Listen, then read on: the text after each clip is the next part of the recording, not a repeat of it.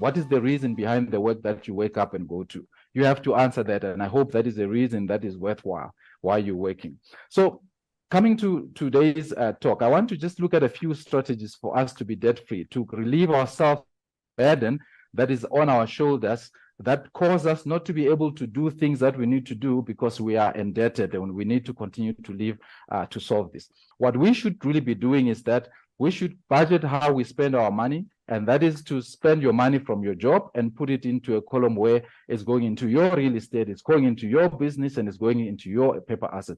And then you derive an income from that. And that is how we are supposed to gear our minds to think, so that we do not spend our money on liabilities, but on things that are going to help us going forward. Secondly, we need to stop being extravagant with money that we don't have. I know that most people, we spend money just to show off and to buy a new car or whatever it is that it is. That's something that is drawing us back into just living a life that is controlled by others. I want us to look at this context, and it's a South African context, of course. Everybody has their context, and I hope that you can fit yourself in here.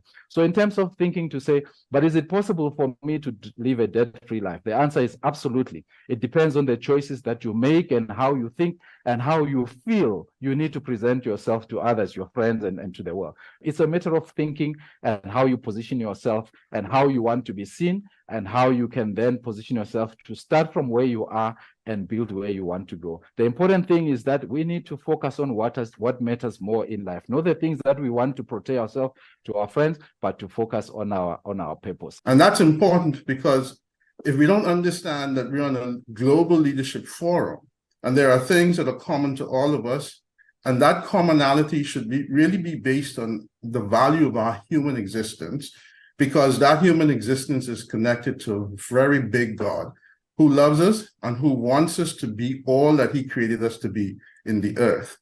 And so the first point of difference that I want to make sure that we walk away with as we address this topic of leadership, financial management, and empowerment is that you must understand the point of difference between financial management and financial skill. Yeah, skills are important, but skills evolve. They can change. Management is a principle that never changes. And if we anchor ourselves as leaders in this, because remember, leadership is not really a title. It's something that is in our DNA, and we have to become what's in our DNA. There's something that has to anchor us, or many things that anchor us. And management is a principle that anchors us. And as we're talking about financial management, please recognize that management in and of itself requires a stewardship mindset, and that is, I own nothing.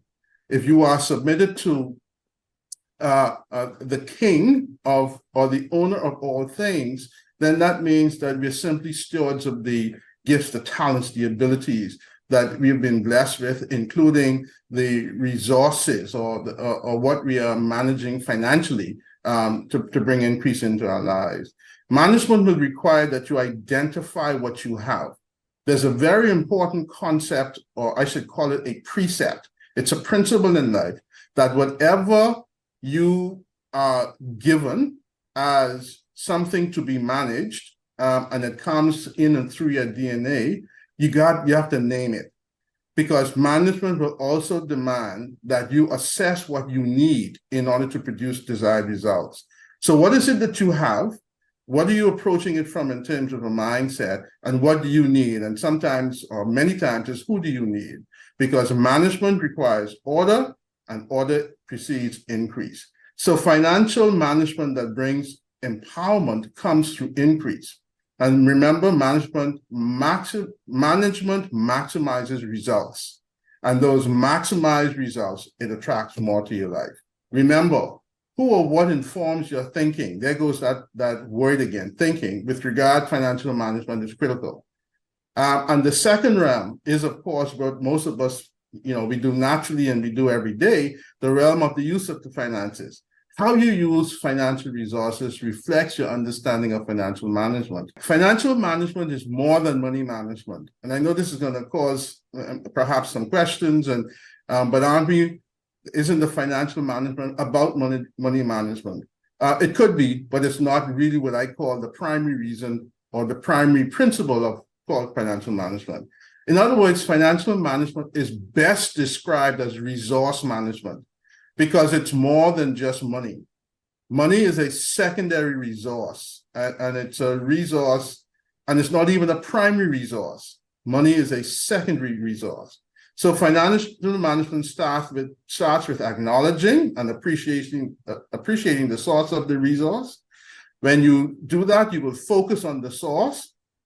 And just a caution, I don't know how many of us have been through times when there's a season of plenty and then there's a season of dry times, and it seems that the thing has all just been taken away. What's most important is access to the source is more important than what the access produces.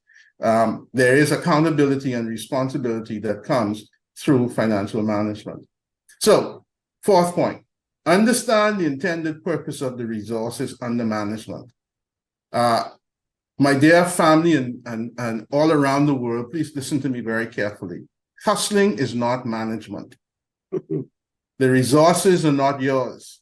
Cash flow management is when we, as we hear sometimes they express this way, you take from Peter to pay Paul. Cash flow management is different from profit management. Profit management is not lottery speculating.